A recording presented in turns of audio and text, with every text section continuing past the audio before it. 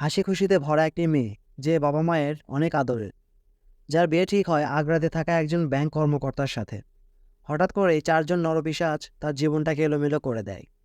মেয়েটাকে কিডন্যাপ করে নিয়ে যায় মরুভূমির মতো একটি জায়গাতে। চারজন নরপিশাচের সাথে একা একজন মেয়ে কিভাবে বেঁচে থাকার লড়াই করে তা নিয়ে আমাদের আজকের গল্প। বলছিলাম সম্প্রতি ভারতে মুক্তি পাওয়া সার্ভাইভাল থ্রিলার মুভি অপূর্বার কথা। মুভিটি দেখার সময় আপনার বারবার একটা কথাই মনে হবে, যদি এমনটা না হতো তাহলে হয়তো মেয়েটার জীবন এলোমেলো হয়ে যেত না। Hello friends, welcome to my channel movie loves.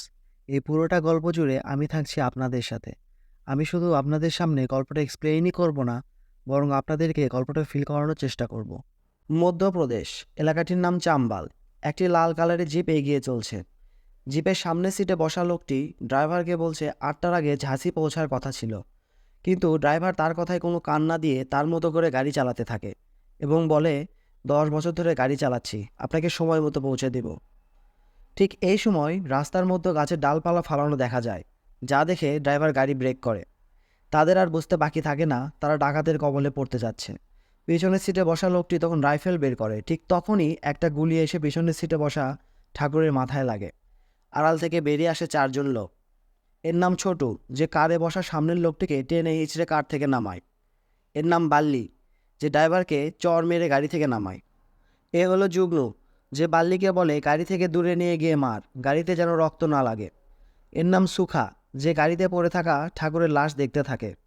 তারা ড্রাইভার এবং গাড়ির সামনের সিটে বসে থাকা লোকটিকে মারতে থাকে। তখন ড্রাইভার ভয়ে কান্না শুরু করে দেয়, যা দেখে সবাই হাসাহাসি শুরু করে। এই ফাঁকে সামনের সিটের লোকটি পালানোর চেষ্টা করে। তখন সুকা তাকে গুলি করে মেরে ফেলে। ছোটু এই লাশের সাথে সেলফি তোলে। এরপর তারা সেখান থেকে গাড়ি নিয়ে চলে যায়। দেখা যায় সেই গাড়িতে তারা অনেক স্বর্ণ পায়। উত্তরপ্রদেশ, ঝাঁসি, তিওয়ারি নামের একজন লোক যুগ্ন এবং তার দলের সাথে দেখা করতে আসে। সেখানে তারা তিওয়ারিকে লুট করা স্বর্ণগুলো দেয় এবং তার কাছ থেকে মোটা অঙ্কের টাকা নেয়। তখন তিওয়ারি যুগ্নুকে বলে, আমার কাছে আরও একটা কাজ আছে। এরপরে দেখা যায় যুগ্নু এবং তার দল রেহমান নামের এক ব্যবসায়ীর কাছ থেকে বন্দুকের কার্তুজ কিনছেন। চুরি করা লাল জিপটিতে চারজনের গ্যাংটি যাচ্ছে। যুগ্নু বলতে শুরু করে, তিওয়ারি আরও একটা কাজ দিয়েছে। 35 লাখ টাকার মালামাল সহ 2টি ট্রাক রাস্তায় নামবে, যা আমাদের ছিনতাই করতে হবে। এরপরেই একটা রেল ক্রসিংয়ে তাদের জিপটি এসে দাঁড়ায়। পাশে একটি বাস দাঁড়ানো, যার মধ্যে দেখা যায় এই মুভিটার মূল চরিত্র অপূর্বাকে, যে তার বান্ধবীকে ফোনে বলছে আমি আগ্রা যাচ্ছি সিডের বার্থডেতে তাকে সারপ্রাইজ দেওয়ার জন্য। ট্রেন চলে যায়, বাস চলতে শুরু করে, পিছন পিছন আসতে শুরু করে লাল জিপটি। অপূর্বা তার বান্ধবীকে বলতে থাকে, সিড জানে না যে আমি আগ্রা যাচ্ছি। সে আরও বলে, আমি বাড়িতে বলেছি আমি তোর বাসায় যাচ্ছি, তাই তোকে আগেই জানালাম। যদি আমার বাড়ি থেকে তোর কাছে ফোন আসে তাহলে তুই ম্যানেজ করে নিস। এরপরেই অপূর্বার কাছে সিডের ফোন আসে এবং সিড তাকে ধন্যবাদ জানায় তার প্রথম সারপ্রাইজের জন্য। অপূর্বা তখন সব কিছু জেনেও না জানার ভান করে সিডকে বলে, সারপ্রাইজ? আমি তো তোমাকে কোনো সারপ্রাইজ পাঠাইনি। চলতে থাকে তাদের খুনসুটি। অন্যদিকে লাল জিপটি অপূর্বাদের বাসের পিছন থেকে সামনে আসার জন্য বারবার হর্ন দিতে থাকে, কিন্তু বাসের ড্রাইভার সেই দিকে কর্ণপাত না করে আপন মনে গাড়ি চালাতে থাকে। জিপটি ড্রাইভ করছিল যুগ্নু। এক পর্যায়ে যুগ্নু রাস্তার নিচ দিয়ে বাসটিকে ওভারটেক করে বাসের সামনে এসে জিপ থামায়। যুগ্নু বাসের ড্রাইভারকে টেনে হিঁচড়ে নিচে নামিয়ে তাকে একটা ঘুষি মারে এবং বলে, সাইড কেন দিলি না? তখন বাসের ড্রাইভারও যুগ্নুকে পাল্টা আঘাত করে। যুগ্নু তখন তার পিস্তল বের করে ড্রাইভারকে গুলি করে এবং বাসের হেলপারকে পিস্তলের বার দিয়ে বারবার মাথায় আঘাত করতে থাকে। অন্যদিকে সুখা, বাল্লি এবং ছোটু মিলে বাসের যাত্রীদের কাছ থেকে তাদের কাছে যা কিছু আসে তা লুট করা শুরু করে। অপূর্বা তাই দেখে তার হাতের আংটি, কানের দুল খুলতে থাকে। অপূর্বার ফোন তার হাত থেকে সিটের নিচে পড়ে যায়। ঠিক এই সময় সিট অপূর্বার ফোনে ফোন করে। সিটের নিচে পড়ে থাকা ফোনটি ভাইব্রেট হতে থাকে। অপূর্বা তার পা দিয়ে ফোনটিকে চেপে ধরার চেষ্টা করে, কিন্তু ফোনটি সুখার নজরে চলে আসে। সে ফোনটি হাতে তুলে নেয়। সিট আবার কল করে। সুখা ফোনটি রিসিভ করে। সিট তখন বলে, তুমি আমার জন্য বার্থডেতে কতগুলো সারপ্রাইজ পাঠিয়েছ। তখন সুখা বলে, হ্যাপি বার্থডে। অপর প্রান্ত থেকে সিট বলে, তুমি কে? অপূর্বা কোথায়? সিট ফোন কেটে দেয়। অপূর্বা বারবার সুখাকে তার ফোন ফিরিয়ে দেওয়ার জন্য অনুরোধ করতে থাকে। সিট আবার অপূর্বাকে ফোন করে। অপূর্বা সুখার কাছ থেকে ফোন নেওয়ার চেষ্টা করলে সুখা তখন অপূর্বার পাশে বসে এবং কল রিসিভ করে। তখন সিটকে বলে, তোর বেবি এখন বিজি আছে, আমার সাথে খেলা করছে, তুই পরে ফোন দে। তখন সিট রেগে যায় আর সুখাকে বলে, কে তুই? অপূর্বাকে ফোন দে। সিট তাকে গালি দেয় এবং বলে, তোকে এতটা মারবো যে তুই কখনো ভুলতে পারবি না। সুখা তখন সিটকে বলে, ফোনে তো খুব সাহস দেখাচ্ছিস, তোর বেবিকে আমি নিয়ে যাচ্ছি আমার সাথে, আয় তোর বেবিকে নিয়ে যা। এই কথা বলে সুখা অপূর্বাকে টেনে হিচড়ে বাস থেকে নামায়। সিড অপূর্বার ফোনে আবার ফোন করে, এবার বাসের এক যাত্রী কল রিসিভ করে এবং বলে অপূর্বাকে নিয়ে গেছে। অপূর্বাকে লাল জিপটিতে জোর করে তোলা হয়। অপূর্বা তাদের হাত থেকে ছাড়া পাওয়ার জন্য অনেক আকুতি মিনতি করে, কিন্তু কোনো লাভ হয় না। চারজনের গ্যাংটি অপূর্বাকে নিয়ে চলা শুরু করে। মুভির সিন শিফট হয়ে যায় কয়েক মাস আগে। গোয়ালিয়র, একটি সুন্দর স্নিগ্ধ সকাল, যেখানে দেখা যায় অপূর্বা ড্রাইভিং শিখছে। সেই গাড়ি সামনের দিকে চালাতে পারলেও পিছনে ব্যাক করতে পারে না। এই নিয়ে সেখানে তার অন্যদের সাথে তর্ক হয় এবং সে ড্রাইভিং শেখা বন্ধ করে চলে আসে। অপূর্বা বাবা মায়ের একমাত্র সন্তান, তাই সে একটু জেদিও বটে। এরপরে অপূর্বা তার মাকে বলে, আমরা ছেলেটার সাথে দেখা করতে কেন যাচ্ছি? তখন তার মা বলে, ছেলেটার মা অসুস্থ তাই। এরপরে অপূর্বা তার বাবা মায়ের সাথে ছেলের বাড়িতে যায়। সেখানে অপূর্বার দেখা হয় সিডের সাথে এবং তার নিজেদের মতো আলাপ করার জন্য ছাদে চলে যায়। ছাদে অপূর্বা সিটকে বলে, আপনি নিশ্চয় আশ্চর্য হয়েছেন যে আমরা বিয়ে পক্ষ হয়ে ছেলে দেখতে ছেলের বাড়িতে এসেছি। তখন সিট বলে, এতে আশ্চর্য হওয়ার কি আছে, এখন যুগ পাল্টে গেছে, এটা এখন নর্মাল বিষয়। এরপর সিট অপূর্বাকে সামোসা খাইতে বলে। তখন অপূর্বা মজা করে সিটকে বলে, সামোসা কি আপনি বানিয়েছেন? সিট তখন বলে, না, দোকান থেকে কিনে নিয়ে আসা। তখন অপূর্বা বলে, আমি ভেবেছিলাম যে আপনিও হয়তো বানিয়েছেন, কারণ এখন যুগ পাল্টে গেছে। অপূর্বা মজা করছে, সিট সেটা বুঝতে পারে এবং দুজনেই হেসে ওঠে। তারা ধীরে ধীরে ক্লোজ হতে থাকে, একজন আরেকজনের প্রেমে পড়ে যায়। তাদের জীবনের সূচনা হয় একটা নতুন অধ্যায়ের। সারাক্ষণ ফোনে কথা বলা, সুযোগ পেলেই কফিতে চুমুক দিতে দিতে গল্পে মেতে ওঠা, ফোনে মেসেজিং, ভিডিও কলে একজন অপরজনকে দেখা, কখনো বা বেড়াতে যাওয়া, আবার কখনো সিনেমা হলে বসে একসাথে পপকর্ন খাওয়ার মতো ছোট ছোট খুনসুটিতে মেতে ওঠে তারা। একসময় অপূর্বা সিটকে বলে, আমরা কি 1 বছর পরে বিয়ে করতে পারি না, আমার পোস্ট গ্র্যাজুয়েশন শেষ হওয়ার পর? তখন সিট বলে, তুমি তো তোমার গ্র্যাজুয়েশন আগ্রাতেও করতে পারো। তখন অপূর্বা বলে, হ্যাঁ পারি, কিন্তু দিল্লি ইউনিভার্সিটির ক্যাম্পাসটা আমার খুব পছন্দের। তখন সিট বলে, আমি রিস্ক নিতে পারবো না। দিল্লিতে যদি তোমার কোনো পাঞ্জাবি ছেলেকে পছন্দ হয়, তখন আমার কি হবে? অপূর্বা এই কথা শুনে হাসতে থাকে। বাড়িতে ফিরে অপূর্বার মন খারাপ হয়ে যায়। তার এতদিনের দিল্লিতে পড়াশোনা করার স্বপ্ন হয়তো স্বপ্নই থেকে যাবে। সিড আর অপূর্বার এনগেজমেন্ট হয়ে যায়। সিড অপূর্বাকে বলে, আমি কাল আগ্রা যাচ্ছি, তুমিও চলো। অপূর্বা তখন বলে, বিয়ের আগে যাব না। তখন সিড বলে, বিয়ের পরেও তো যেতে পারবে না, কারণ বিয়ের পরে তো দিল্লি শিফট হতে হবে। অপূর্বা অবাক হয়ে জিজ্ঞাসা করে, কেন? তখন সিড অপূর্বার হাতে দিল্লি ইউনিভার্সিটির অ্যাপ্রুভাল লেটার দেয়। অপূর্বা অনেক খুশি হয়ে যায়। সিড বলে, আমি ট্রান্সফারের জন্য আবেদন করেছি এবং বিয়ের আগেই ট্রান্সফার হয়ে যাবে। লাল জিপটির পিছনে থাকা অসহায় অপূর্বা এতক্ষণ সব কিছু ভাবছিল আর কান্না করছিল। হঠাৎ সুখা তার গায়ে টোকা দেয়। তখন অপূর্বা ভয়ে একদিকে জড়সড় হয়ে যায়। সুখা বিভিন্নভাবে অপূর্বাকে নিয়ে মজা করা শুরু করে এবং শয়তানি হাসি হাসতে থাকে, যা দেখে ছোটু তার ফোনে ভিডিও করতে থাকে এবং হাসতে থাকে। তখন ড্রাইভিং সিটে বসে থাকা যুগ্নু বলে, এই মেয়ের জন্য সবাইকে একদিন মরতে হবে, পুলিশ একে খুঁজতে খুঁজতে আমাদের ধরে ফেলবে। তখন সুখা বলে, তুমি 2জন মানুষকে খুন করলে, তাতে কোনো প্রবলেম নেই, আর আমি একে নিয়ে এসেছি, তাতেই তোমার প্রবলেম? যুগ্নু তখন বলে, যা খুশি করো, কিন্তু আজ রাতে একে মেরে ফেলো। এরপর লাল জিপটি একটি দোকানের সামনে এসে থামলে অপূর্বা গাড়ির কাঁচে আঘাত করে দোকানদারের কাছে হেল্প চাওয়ার চেষ্টা করে। যুগ্নু গাড়ির গানের ভলিউম আরও বাড়িয়ে দেয় আর সুখা গাড়ির কাঁচের সামনে এসে দাঁড়ায়, যার কারণে দোকানদার কিছুই বুঝতে পারে না। এরপরে সিট ঘটনাস্থলে আসে এবং পুলিশকে অপূর্বার ছবি দেখায়। তখন পুলিশের কর্মকর্তা সেই ছবিটাকে সকল চেকপোস্টে ফরওয়ার্ড করে পাঠিয়ে দেয়। সিট তখন পুলিশকে জিজ্ঞাসা করে তারা কোনো কিছু জানতে পেরেছে কিনা। পুলিশ না বলে এবং বলে 10 কিলোমিটার দূরে একটা চেকপোস্ট আছে, যা এখনও তারা ক্রস করেনি। তখন সিট বলে, মাত্র 10 কিলোমিটারের মধ্যে খুঁজতে হবে, তাহলে আপনারা এখন ওয়েট করছেন কেন? তখন পুলিশ বলে, ডাকাত দল সম্ভবত আশেপাশে কোনো এলাকার। যদি আমাদের গাড়ি কোনো গ্রামে ঢোকে তাহলে অপূর্বার জন্য আরও বিপদ হবে। তখন সেখানে এক মহিলা পুলিশ সিটের হাতে অপূর্বার ফোন দেয়, আর ঠিক তখনই অপূর্বার বাবা অপূর্বার ফোনে ফোন করে। সিট তখন বুঝতে পারে না সে কী করবে। অন্যদিকে লাল জিপটি একটি নির্জন জায়গায় এসে থামে। সেখানে রেলের একটা পুরানো বগি ছিল। সুখার বাল্লি অপূর্বাকে টেনে হিঁচড়ে গাড়ি থেকে নামায় এবং পুরানো বগিটার দিকে টানতে টানতে নিয়ে যেতে থাকে। অপূর্বা ভয়ে চিৎকার করতে থাকে, বাঁচার জন্য আকুতি মিনতি করতে থাকে, কিন্তু পাষণ্ডগুলোর মনে একটুও দয়া হয় না। তারা টেনে হিঁচড়ে অপূর্বাকে রেলের বগিটার মধ্যে তোলে। ছোট তার ফোন দিয়ে সবকিছু ভিডিও করতে থাকে। নরপিশাচগুলো অপূর্বাকে নিয়ে এক নিষ্ঠুর খেলায় মেতে ওঠে। অপূর্বা যতই তাদের কাছে আকুতি মিনতি করে, তখন তারা ততই তার সাথে বেশি অসভ্যতা শুরু করে। অপূর্বা তাদের হাত থেকে বাঁচার জন্য ছোটাছুটি শুরু করে। তখন বাল্লি তাকে পিছন থেকে জড়িয়ে ধরে আর ছোটু সেটা ভিডিও করতে থাকে। এক পর্যায়ে অপূর্বার হাত লেগে ছোটুর হাত থেকে তার ফোন পড়ে যায়।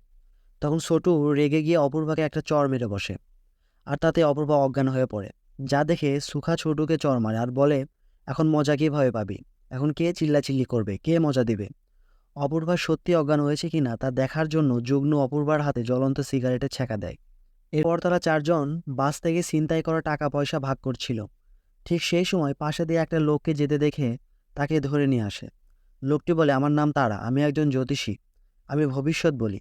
সে বলে, আমি এই গ্রামেরই ছিলাম, কিন্তু এখানে রাতে অনেক অন্ধকার হয়ে পড়ে, যে কারণে এ জায়গা ছেড়ে চলে যেতে হয়েছে। জ্যোতিষী ভয়ে তাদের কাছে প্রাণ ভিক্ষা চাইতে থাকে। তখন যুগ্ন ছোটুর ভবিষ্যৎ বলতে বলে। জ্যোতিষী বলে, ছোটবেলায় কোনো একটা আঘাতের কারণে তার একটি অঙ্গ নষ্ট হয়ে গেছে, যা শুনে ছোটু রেগে যায় এবং তাকে অপূর্বার পাশে বেঁধে রাখে। সুখা, যুগ্ন আর বাল্লি বসে ড্রিঙ্কস করছিল। এই সময় অপূর্বার জ্ঞান ফিরে আসে। জ্যোতিষী তখন তাকে তার হাতের বাঁধন খুলে দেওয়ার জন্য অনুরোধ করে। তখন অপূর্বা আর জ্যোতিষী বগি থেকে নেমে পিছন দিয়ে জঙ্গলের দিকে দৌড়াতে থাকে। ছোটু বালতি হাতে পানি নিতে গিয়েছিল। অপূর্বা দৌড়াতে দৌড়াতে ছোটুর সাথে ধাক্কা খেয়ে পড়ে যায়। ছোটু তখন তাকে গালি দেয় এবং তার চুলের মুঠি ধরে টানতে টানতে নিয়ে যেতে থাকে। এই দৃশ্য দেখে জ্যোতিষী ভয়ে পালিয়ে একটা ভাঙা ইটের ঘরের মধ্যে লুকিয়ে পড়ে। অপূর্বা কোনোভাবে ছোটুর হাত থেকে নিজেকে ছাড়িয়ে নিয়ে পালানোর চেষ্টা করলে পড়ে যায় এবং ছোটুও তার পায়ের সাথে ধাক্কা খেয়ে পড়ে যায়। অপূর্বা তখন বালতি দিয়ে ছোটুর মাথায় আঘাত করতে থাকে। তখন ছোটু চিৎকার করতে থাকে। সেই চিৎকার শুনে বাল্লি বলে, এ তো ছোটুর আওয়াজ। সুগা তখন রেলের বগির মধ্যে যেয়ে দেখে অপূর্বা এবং জ্যোতিষী কেউ নেই। এদিকে অপূর্বা তখনও ছোটুর মাথায় বালতি দিয়ে আঘাত করতে থাকে। অপূর্বা এক পর্যায়ে বমি করে দেয়। ঠিক তখনই বাল্লি আর যুগ্নু ছোটুকে ডাকতে ডাকতে এদিকে আসতে থাকে। যা দেখে অপূর্বা লুকিয়ে পড়ে। প্রথমে বাল্লি, পরে যুগ্নু এবং শেষে সুখা ছোটুকে মরে পড়ে থাকতে দেখে। সুখা বলে, দুইজনই গায়েব হয়ে গেছে। বাল্লি বলে, হয়তো জ্যোতিষী ছোটুকে মেরে ফেলেছে। অপূর্বা পাগলের মতো দৌড়াতে থাকে। দৌড়াতে দৌড়াতে সে পা পিছলে একটা গভীর কুয়ার মধ্যে পড়ে যেতে নিয়েও সামান্যর জন্য বেঁচে যায়। এবার সে একটা ভাঙা ইটের ঘরের মধ্যে লুকিয়ে পড়ে। বাল্লি, যুগ্ন আর সুখা তাদের দুইজনকে খুঁজতে থাকে। অপূর্বা তার পায়ের ব্যথা নিয়ে বারবার লুকানোর জায়গা বদল করছিল। এবার বাল্লি জ্যোতিষীকে খুঁজে পায় এবং তাকে মারতে থাকে এবং অপূর্বা কোথায় তা জানতে চায়। তারা বলে, তুই ছোটুকে মেরেছিস। তখন জ্যোতিষও বলে, আমি মারিনি, ওই মেয়েটা মেরেছে। গুন্ডারা এখনও জানে না অপূর্বার নাম কি, তাই সুখা তাকে পিঙ্কি নামে ডাকতে থাকে। আড়াল থেকে অপূর্বা অসহায়ের মতো সব দেখতে থাকে, কিন্তু তার কিছুই করার থাকে না। যুগ্ন এবার জ্যোতিষের মাথায় পা দিয়ে চেপে ধরে। তার কাছ থেকে অপূর্বার নাম জানতে চায়। জ্যোতিষী বলে, আমি তার নাম জানি না। যুগ্ন তখন তাকে মেরে ফেলে। সুখা তখন যুগ্নকে বলে, একে কেন মেরে ফেললে? এখন ওই মেয়েটার খোঁজ কীভাবে পাবো? যুগ্ন তখন বলে, এই ছোট জায়গায় ওই মেয়েটা কোথাও না কোথাও ঠিক লুকিয়ে আছে। তারা আবার অপূর্বাকে খুঁজতে শুরু করে।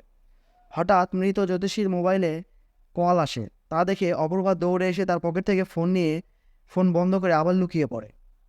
সেই মুহূর্তে সুখা, বাল্লি এবং যুগ্নু সেখানে চলে আসে এবং তারাও ফোন খুঁজতে থাকে। তখন সুখা বলে, মেয়েটা ফোন নিয়ে গেছে। তারা জ্যোতিষীর কাছে ফোন আছে কি নেই এটা আগে কেন চেক করা হয়নি সেটা নিয়ে একে অপরকে দোষ দিতে থাকে এবং আবার অপূর্বাকে খুঁজতে শুরু করে।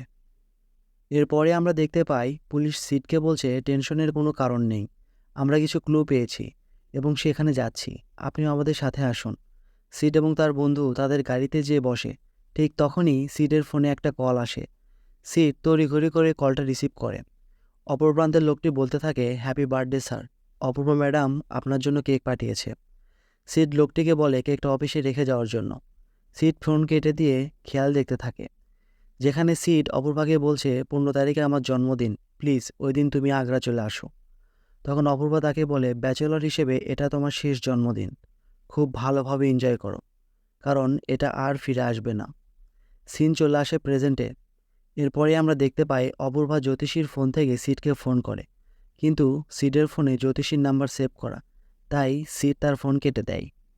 অপূর্বা আবার তাকে ফোন করে। সিট এবারও বিরক্ত হয়ে কল কেটে দেয়। তখন ড্রাইভিং সিটে বসা সিটের বন্ধু তাকে বলে, কে ফোন করছে বারবার, ফোনটা রিসিভ কর। তখন সিট বলে, আরে কেউ না। এরপরেই সিন চলে যায় অতীতে।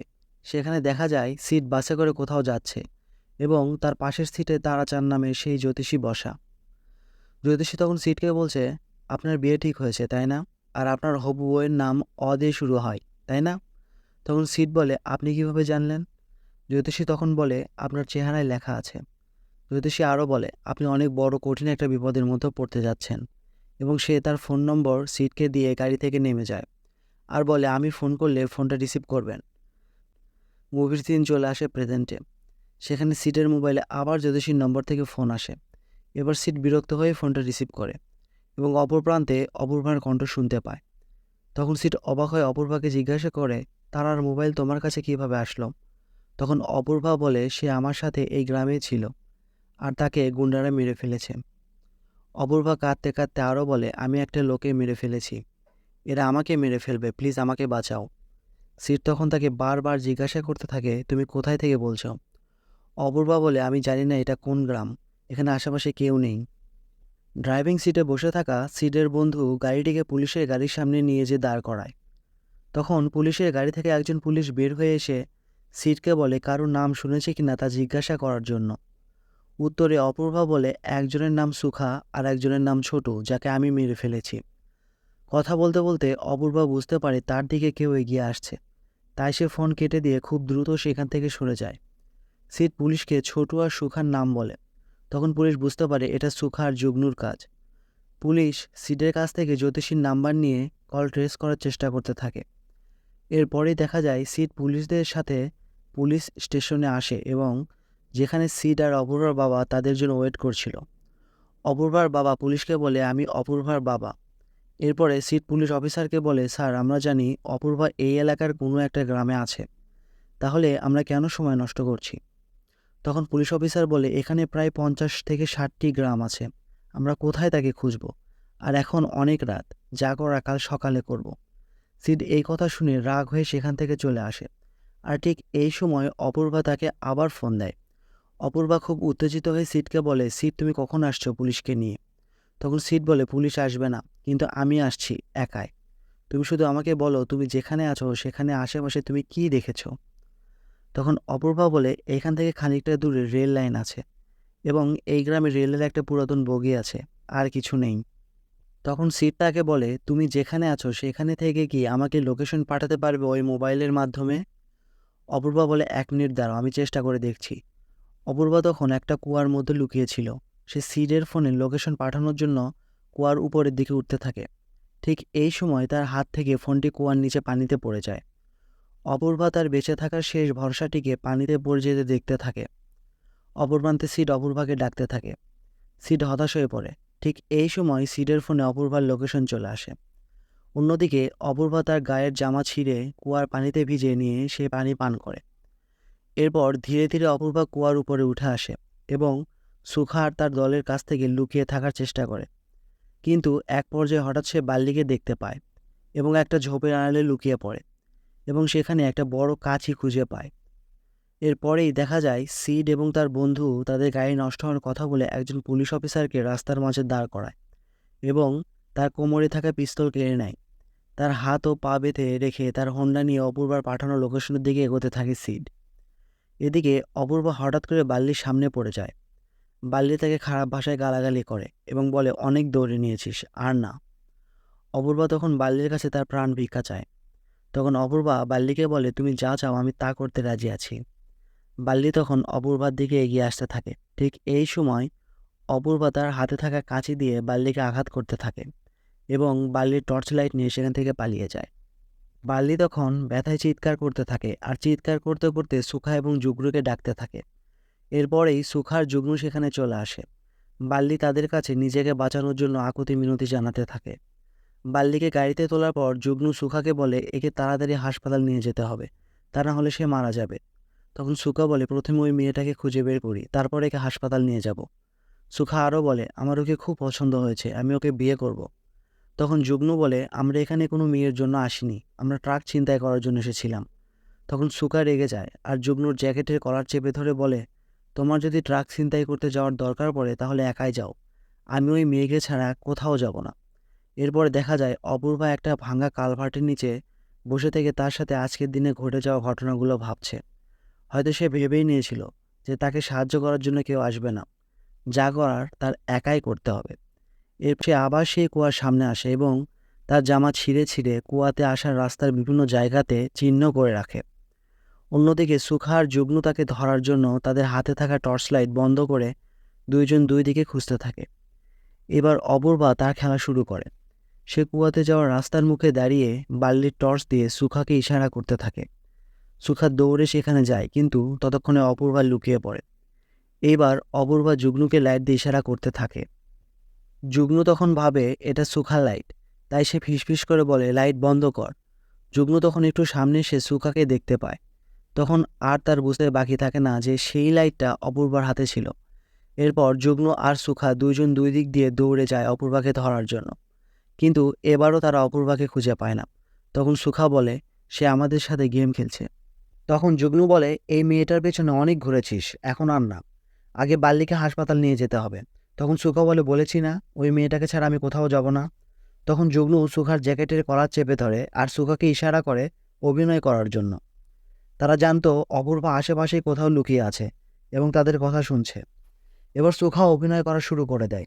তখন সুখা জোরে জোরে বলতে থাকে, ঠিক আছে যুগ্নু ভাইয়া, আজকে তোমার কথাই শুনলাম, চলো বাল্লিকা আগে হাসপাতাল নিয়ে যাই। অপূর্বা দেখে তারা লাল জিপটি নিয়ে চলে যাচ্ছে। এটা দেখে অপূর্বা স্বস্তির নিঃশ্বাস ফেলে। সুখা আর যুগ্নু কিছু দূর যেয়ে প্রথমে সুখা চলন্ত গাড়ি থেকে লাফ দিয়ে নেমে যায়। পরে যুগ্নু গাড়ি ইউটার্ন নিয়ে আবার ফিরে আসে। অপূর্বা তাদের চলে যাওয়া দেখে তাড়াতাড়ি করে এই জায়গাটা ছেড়ে বের হবার জন্য দৌড়ানো শুরু করে। ঠিক সেই মুহূর্তে সুখা তার সামনে চলে আসে। সুখাকে দেখে অপূর্বা আবার দৌড়ানো শুরু করে এবং সুখাও তাকে ধরার জন্য তার পিছনে পিছন দৌড়াতে থাকে। অপূর্বা দৌড়াতে দৌড়াতে এবার যুগ্নুর সামনে এসে পড়ে। অপূর্বা তাকে দেখে আবার উল্টা দৌড় দেওয়া শুরু করে। এবার অপূর্বার পেছনে সুখা এবং যুগ্নু দুজনই দৌড়াতে থাকে। দৌড়াতে দৌড়াতে সুখা যুগ্নুকে বলে, যুগ্নু ভাইয়া, গুলি যেন মেরো না, একে আমাদের জীবিত ধরতে হবে। তখন যুগ্নু বলে, এ আমাদের দুইজন লোককে মেরে ফেলেছে। এরপর সুখা অপূর্বাকে ধরার জন্য অন্য একটি রাস্তা দিয়ে দৌড়ানো শুরু করে। অপূর্বার পেছনে এবার যুগ্নু একা। অপূর্বা এবার তার জামার ছেঁড়া অংশগুলো দিয়ে চিহ্ন করা রাস্তা দিয়ে কুয়ার দিকে দৌড়াতে থাকে। পিছন থেকে যুগ্নু তাকে ধরার জন্য পিছন পিছন দৌড়াতে থাকে। অপূর্বা এবার কুয়ার সামনে চলে আসলে হঠাৎ করে অন্যদিকে ঘুরে যায়।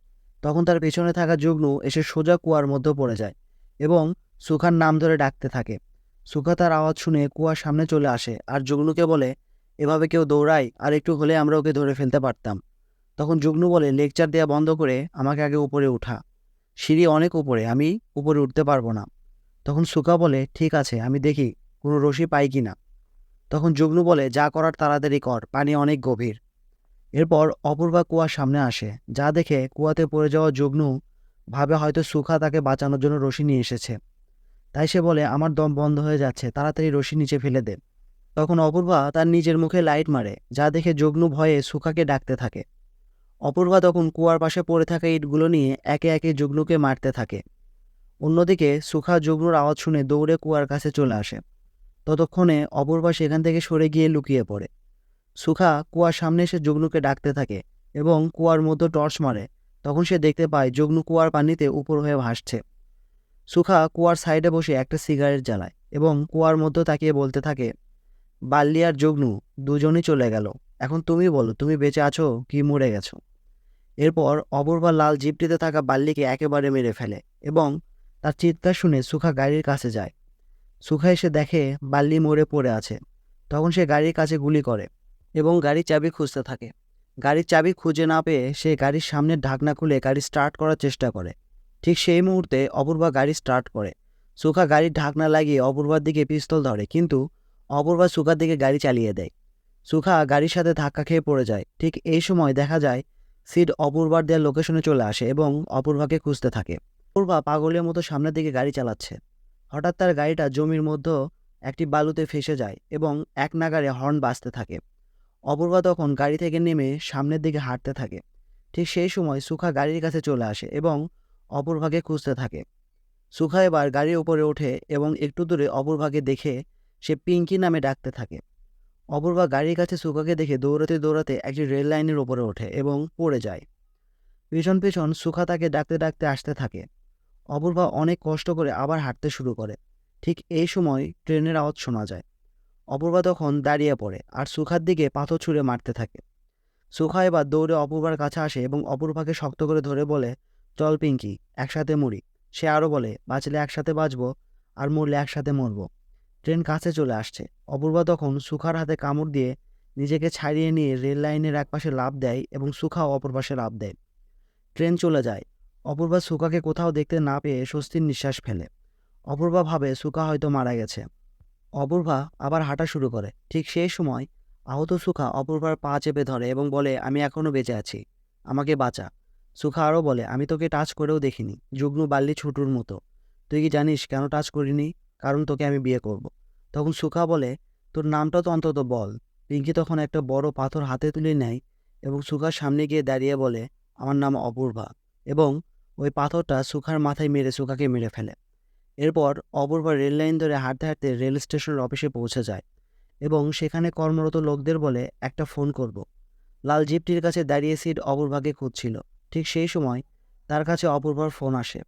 সিট ফোন রিসিভ করে পাগলের মতো অপূর্বাকে বলতে থাকে, অপূর্বা আমি চলে এসেছি, তুমি চিন্তা করো না, বলো তুমি কোথায়। অপর প্রান্তে অপূর্বা সিটের কণ্ঠ শুনে হাউমাউ করে কান্না শুরু করে। আর এখানেই মুভিটি শেষ হয়ে যায়।